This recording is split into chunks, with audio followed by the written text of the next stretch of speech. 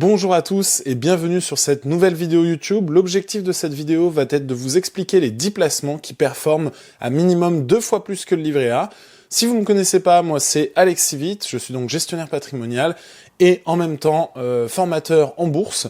Et l'objectif de cette vidéo d'aujourd'hui va être de vous montrer, de vous décomposer comment encore 55 millions de Français investissent sur leur livret A, pour la majeure partie d'entre eux pensant qu'ils vont obtenir une rémunération leur permettant de contrer l'inflation, voire même de s'enrichir, et effectivement, on va tout détailler dans cette vidéo pour vous montrer que ce préjugé est complètement faux, puisque l'inflation va venir grignoter à hauteur de 2% par an, là où vous allez performer à hauteur de 1,4, voire 2% maximum sur votre livret A. Pour commencer, on va déjà débuter par notamment l'ETF MSCI World et S&P 500, qui est actuellement un des premiers piliers qu'on développe. Si d'ailleurs vous voulez voir quels sont les 4 piliers de l'enrichissement en 2026, vous avez juste besoin de cliquer sur la vidéo qui est en description de cette vidéo, et je vous expliquerai comment investir sur des choses aussi qui rapportent beaucoup plus. Le MSCI World ainsi que le S&P 500 ont un rendement historique entre 8 à 10% brut par an, avec une exposition, et pourquoi ça rapporte plus? Parce qu'on s'expose à 1600 meilleures entreprises mondiales, capitalisation des intérêts composés sur le long terme vous permettant de bénéficier d'une croissance exponentielle. Alors, je différencie exponentielle, c'est ce qui va venir croître de manière à faire une courbe très orientée comme ceci, là où la croissance constante, c'est vraiment une courbe progressive. Donc ça rapporte plus également grâce à la croissance économique mondiale et la croissance des marchés. On ne dépend pas, comme votre livret A, que de l'Union européenne et de la France particulièrement, mais vraiment on va chercher des performances plus intéressantes puisqu'on s'expose aux marchés internationaux. Comment l'obtenir? C'est simple, il vous suffit d'ouvrir un PEA auprès de Boursorama, Fortuneo, Before Bank, de choisir un ETF, Amundi MSCI World, Lyxor et S&P 500, d'investir tous les mois un certain montant comme sur votre livret A, que vous pouvez automatiser par le biais de Trade Republic, et il faut avoir un horizon de minimum 5 ans d'investissement pour pouvoir aussi, alors c'est pas un blocage de 5 ans, je tiens à le préciser, mais uniquement dans un objectif de diminuer votre risque, parce qu'on est quand même sur des marchés financiers. Justement, en parlant de risque, on va avoir une volatilité à court terme de moins 30% qui peut être possible. Donc vous avez mis 10 000 € sur le MSCI World et le S&P 500, vous pouvez descendre à 7 000 €. C'est ce genre de volatilité. Tant que vous ne vendez pas, vous ne perdez pas, donc vous maintenez vos positions. Évidemment, le risque, c'est que le capital est également non garanti, là où un livret A l'est. Donc pour qui? Pour tous les profils, toutes les personnes qui ont un horizon minimum de 5 ans. Le deuxième pilier, ça va être les SCPI en pierre-papier, donc avec un objectif de rendement de 5 à 7% par an. Qu'est-ce que la pierre-papier? C'est-à-dire que vous achetez une part d'une maison, comme pour les actions où vous achetez une part d'entreprise, et ben là vous achetez une part d'une maison, et donc vous allez obtenir un rendement qui va varier de 5 à 7% par an. Pourquoi ça rapporte plus? Tout simplement parce que vous allez avoir de l'immobilier locatif mutualisé, donc des bureaux, des commerces, des logements, des revenus locatifs réguliers qui seront souvent perçus de manière trimestrielle, et pas de gestion locative pour l'investisseur. Vous n'avez donc pas la nécessité d'aller vous orienter vers des choses compliquées, comme par exemple, je ne sais pas, mais des revenus, gérer les entrées, gérer les sorties de vos locataires, gérer également les préjudices, gérer également toute la partie risque. Comment l'obtenir? Via une assurance vie. Vous avez Linksea, Nalo ou encore Abeille qui vont vous proposer ce type de placement avec des frais plutôt réduits.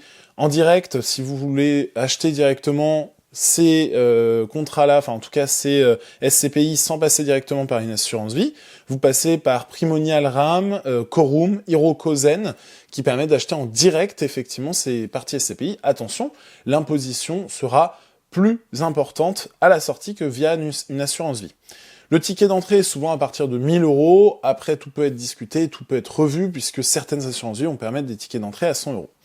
Le risque, c'est tout simplement, c'est l'illiquidité. Vous pouvez pas récupérer vos billes comme ceci, comme pour un bien immobilier finalement. Des frais d'entrée qui peuvent être parfois élevés, comme chez Corum, où on atteint environ les 8%.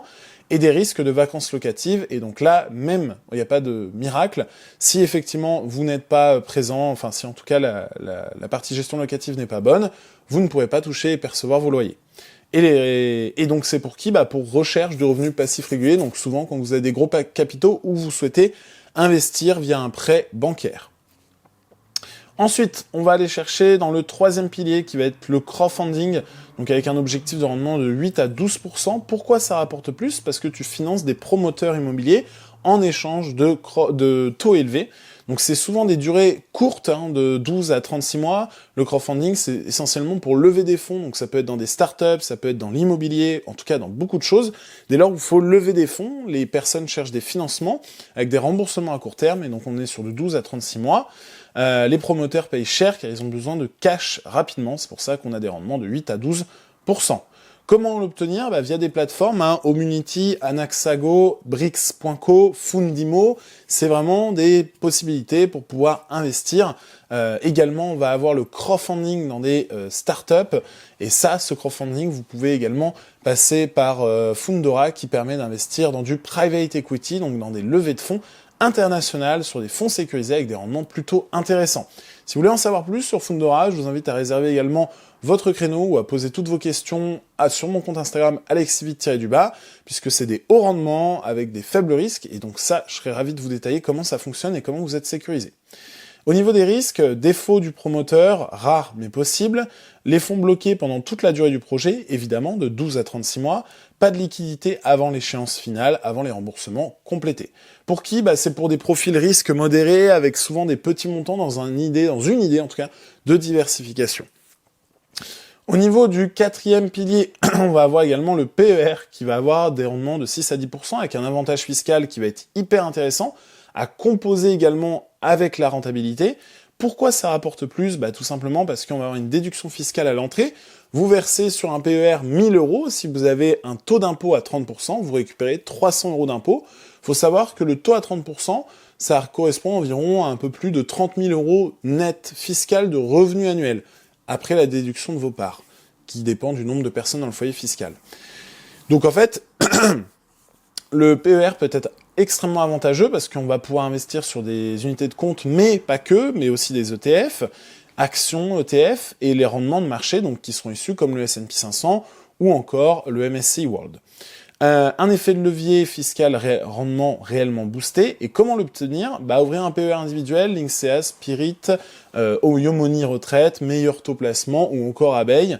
Ce sont effectivement des partenaires avec lesquels nous travaillons. Donc si vous voulez ouvrir ce type de placement, n'hésitez pas encore une fois à aller regarder d'abord la vidéo sur les 4 piliers de l'enrichissement qui vous expliquera comment fonctionnent ces différents placements.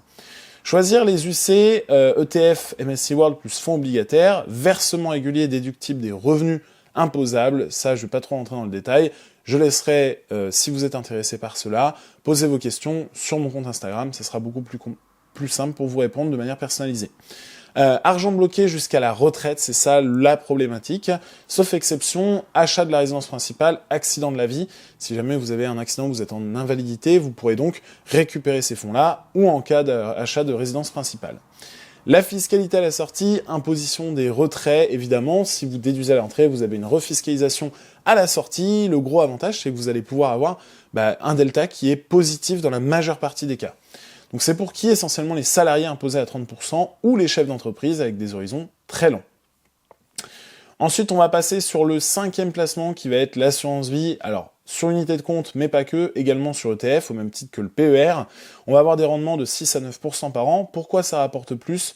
Parce qu'on a un accès à des fonds diversifiés, actions, IMO, obligations, ETF, on va avoir beaucoup plus de panels que ce que peut vous proposer un PEA, c'est ce qui en fait son avantage. Alors, pas chez n'importe qui, mais en tout cas, dans la majeure partie des cas, vous pourrez accéder à quelque chose qui est hyper rentable par rapport à un PEA où là, vous allez être cantonné juste à l'Europe. Sinon, vous allez devoir prendre des ETF synthétiques. L'objectif de cette vidéo n'est pas de vous détailler qu'est-ce qu'un ETF synthétique, vous en avez tout un tas sur YouTube qui vous l'expliqueront. Enveloppe fiscale, pas d'impôt sur les plus-values tant que l'argent reste. Comment l'obtenir? Ouvrir un Linksea Avenir 2, Boursorama Vie, Nalo, Yomoni ou encore Abeille, encore une fois, qui sont toutes les assurances vie que je viens de citer, vont pouvoir être accessibles sur des fonds ETF, en même temps d'aller optimiser la rentabilité de vos assurances vie. Choisir des profils dynamiques plutôt que les fonds euros, c'est la grande erreur que je vois dans beaucoup de vos assurances vie, et si vous en avez une, je vous invite à regarder tout de suite, immédiatement après cette vidéo, vous verrez que votre assurance vie a probablement du fonds euro, enlevez-moi ça et passez plutôt sur des obligations ou des matières premières permettant de stabiliser vos portefeuilles. Versement libre et également possibilité de faire des versements par mois accessibles des 0 €, donc autrement dit à partir de 1 € par mois. Le risque, vous n'avez pas de capital garanti sur les unités de compte et encore des frais de gestion qui peuvent être un petit peu élevés, donc ça va vraiment s'adresser aux personnes qui ont 5 à 10 ans avec un objectif retraite ou alors un projet de levée de fonds en immobilier dans le but d'investir demain potentiellement dans de l'IMO. Sur le prochain placement, on va parler actions cette fois. Donc, quand vous investissez directement sur ce qu'on appelle des titres vifs, l'objectif de rendement va être un 5 à 8% par an. Dividendes plus plus-value, puisque je le rappelle, pour récompenser leurs investisseurs, les entreprises vous donnent accès à des dividendes. Donc, ils vous donnent 0,5, 1, voire jusqu'à 3% par an de dividendes, vous permettant donc de bénéficier de la croissance annuelle de l'entreprise et de prendre des parts liées aux bénéfices. Donc c'est souvent ce qu'il va falloir choisir des entreprises matures, distribuant une part des bénéfices, double rendement avec les dividendes cash plus évolution du cours de l'action, et certaines actions versent des dividendes depuis 30 ans sans interruption, notamment Coca-Cola, Walmart, ce qu'on appelle des blue chips, donc des entreprises qui vous distribuent des dividendes depuis extrêmement longtemps. Comment l'obtenir? C'est très simple, vous ouvrez un PEA avec une exonération d'impôt après 5 ans, vous avez plusieurs types d'actions, Total Energy, Air Liquide, LVMH, BNP Paribas, et vous devez donc utiliser des ETF dividendes, iShares Stocks, Global Select Dividend par exemple, qui est un ETF permettant d'investir dans de multiples entreprises en une seule fois. Le risque, évidemment, c'est risques propres à l'entreprise, c'est ce qu'on appelle des risques spécifiques, et ces risques-là vont tout simplement être lié directement à l'entreprise, qui peut potentiellement avoir une perte de chiffre d'affaires sur l'année, si vous achetez des titres vifs, donc des actions, avoir par exemple des machines qui ne fonctionnent plus, l'entreprise, il y a une usine qui brûle, et là, c'est toute l'entreprise qui va en pâtir sur ces problématiques-là, et qui vont donc diminuer le cours. Si vous voulez effectivement contrecarrer ces risques spécifiques, je vous invite encore une fois à visionner la vidéo sur les 4 piliers de l'enrichissement, qui va vous expliquer en fin de compte comment vous contrecarrer contre les risques spécifiques. Et évidemment, des dividendes peuvent être coupés ou réduits. Donc pour qui? Pour des personnes qui veulent des revenus passifs et réguliers sur la partie dividendes. Ensuite, sur le prochain placement, on va avoir les obligations à haut rendement. Donc pour ça, on va avoir 5 à 7%. Pourquoi ça rapporte plus? Parce que c'est les entreprises les moins bien notées qui payent plus pour emprunter. Donc vous allez emprunter à des entreprises, je vais dire une bêtise, mais Xiaomi, dans le monde de la téléphonie, Xiaomi va avoir moins de réputation, potentiellement moins de chiffre d'affaires que Apple, moins de valorisation.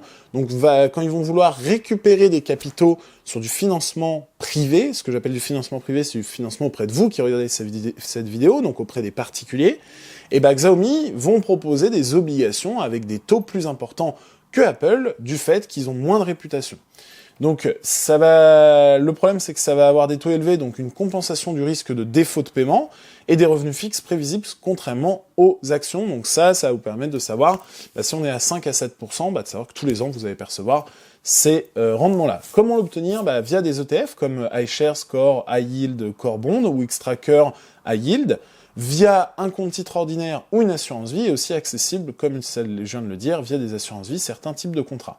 Le risque, c'est que tout simplement, les taux élevés vont donc engendrer des entreprises qui ont des capacités à rembourser plus difficiles. Donc vous avez évidemment des défauts de paiement potentiels. Donc ça va être sensible aux hausses des taux directeurs, donc ce que émet la Banque centrale. Je ne vais pas rentrer dans le détail dans cette vidéo. Et donc des défauts en cascade en période de récession. Si jamais vous avez un reculement, un resserrement de l'économie parce que moins de production pour cette entreprise, vous allez potentiellement plus subir un manque de remboursement de les dettes de l'entreprise. Donc pour qui? Pour des profils intermédiaires, dans une idée de diversification de portefeuille, ce ne sont pas effectivement des obligations qui vont être les plus simples à prendre en main. Donc veillez à bien être accompagné avant d'investir dans ce type de produit. Pour le 8e placement, on va parler des forêts, donc des GFI, des groupements forestiers. L'objectif de rendement, 3 à 5%. Beaucoup de personnes n'en parlent pas, mais aujourd'hui, vous pouvez investir dans des forêts. Et ça permet de rapporter, parce que vous pouvez louer pour la chasse, pour des terrains de moto, vous pouvez louer pour de l'exploitation minière, vous pouvez louer pour tout un tas de choses. Et donc, valorisation du bois, plus revenus d'exploitation forestière. Vous pouvez louer également à ceux qui vont venir couper votre bois et le replanter. Donc vous allez pouvoir valoriser le bois et ainsi obtenir des revenus d'exploitation forestière.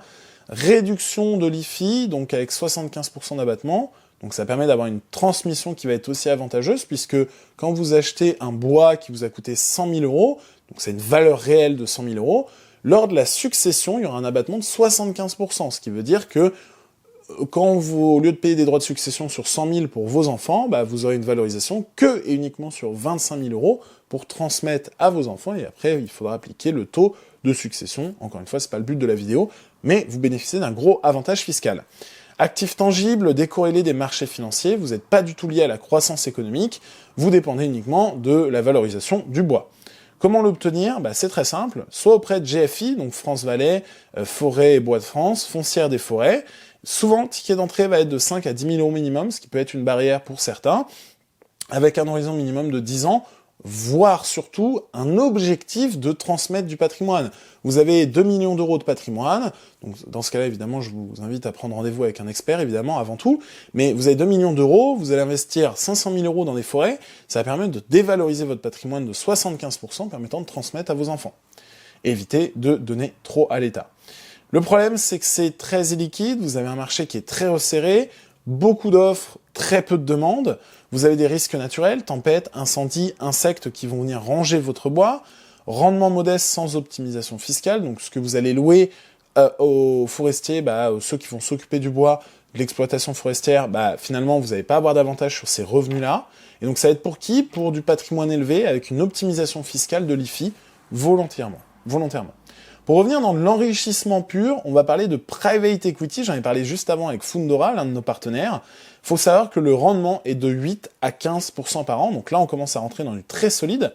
Pourquoi ça rapporte? Parce qu'il y a des investissements dans des entreprises non cotées. Les entreprises qui émettent du private equity, elles ne sont pas cotées encore en bourse, mais elles ont quand même besoin de capitaux. Et vous avez des très grandes entreprises qui ne sont pas cotées en bourse. OpenAI, par exemple, j'y pense. Jusqu'à présent, SpaceX, qui est littéralement l'une des entreprises les plus valorisées aussi actuellement au monde, et ces entreprises qui ne sont pas cotées en bourse et qui pourtant ont besoin de financement et donc vont passer par du private equity. Pourquoi ça rapporte plus? Parce que c'est des primes d'illiquidité, tu es récompensé de bloquer ton argent longtemps et une rentabilité historique supérieure au marché actions, vous gagnez plus de manière générale en private equity que sur les actions traditionnelles. Donc comment l'obtenir? C'est très simple, via des fonds, donc Apax Dev, Altaroc, Euraseo. Le problème, c'est que le ticket d'entrée est extrêmement élevé. Vaut mieux passer par Fundora où vous pouvez mensualiser vos investissements à partir de 100 euros. Et donc, ensuite, via des PER ou assurance vie qui ont une architecture ouverte. Là, le ticket d'entrée va être à hauteur de 1000 euros et plus. Et enfin, les plateformes démocratisées comme Ramifi, Yomoni ou encore Fundora, comme je viens de l'expliquer. Le risque va être d'avoir de l'argent bloqué de 5 à 10 ans et un risque de perte totale sur certains fonds. Donc manque de transparence sur les sous-jacents, ce qui peut arriver parfois.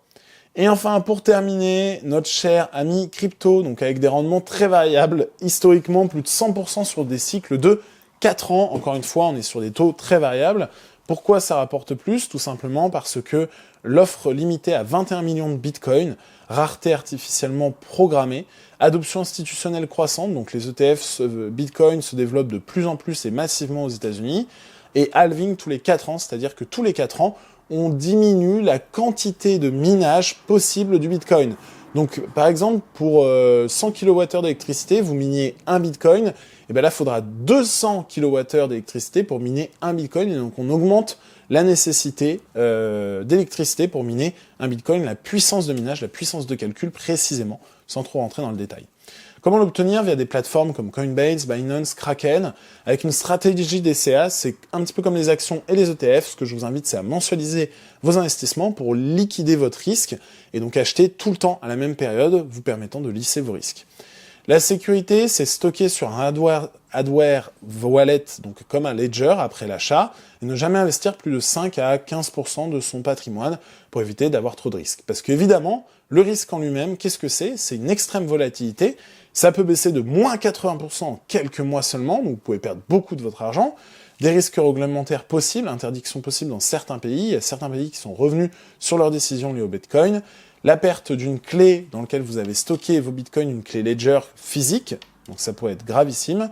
Et pour qui? C'est pour tout simplement ceux qui veulent des petites allocations, donc seulement les profils à risque élevé acceptés. Donc, si on vient faire un tableau comparatif, aujourd'hui, livret A, 2,4% garanti et liquide. ETF World, environ 9% par an, risque faible moyen, liquide. SCPI, 6%, risque faible, illiquide. Crowdfunding IMO, 10% en moyenne, bloqué sur 1 à 3 ans. PER, environ 8%, plus avantage fiscal, risque moyen, bloqué à long terme, assurance vie environ 7%, etc., etc. Ce qu'on voit, et l'objectif de cette vidéo, c'est en aucun cas de vous influencer dans vos investissements. On n'est pas là pour faire du conseil en investissement à travers une vidéo. Pour ça, il faudrait une roadmap précise en fonction de votre cas particulier, votre situation financière. C'est pour ça que je vous invite à regarder les 4 piliers de l'enrichissement juste en description de cette vidéo pour déjà déterminer qu'est-ce qui vous correspond. Mais en fait, ce tableau comparatif, on voit bien qu'il y a plein de choses qui existent, qu'on peut faire tout un tas de choses, juste en prenant, par exemple, 10% de son patrimoine et le mettre sur chacun des actifs que je viens de citer. Vous prenez 10% de vos patrimoines, vous ouvrez tous ces comptes, et dans ce cas-là, vous avez une partie de vos différents investissements qui sont mis sur différents tableaux, et vous permettant de performer dans un objectif de minimum 2 fois la performance du livret annuellement. Si vous avez des questions, encore une fois, vous pouvez me les envoyer toutes sur mon Instagram. Sinon, si vous voulez en apprendre plus sur ce qui vous permet de vous enrichir, vous avez la vidéo des 4 piliers de l'enrichissement sous cette vidéo, en l'occurrence. Moi, c'était Alexis. Si vous avez besoin de réponses, n'hésitez pas à les mettre également en commentaire de cette vidéo. Je serai ravi de pouvoir vous accompagner. Et sinon, je vous dis à très vite pour une prochaine vidéo explicative sur les placements qui rapportent le plus.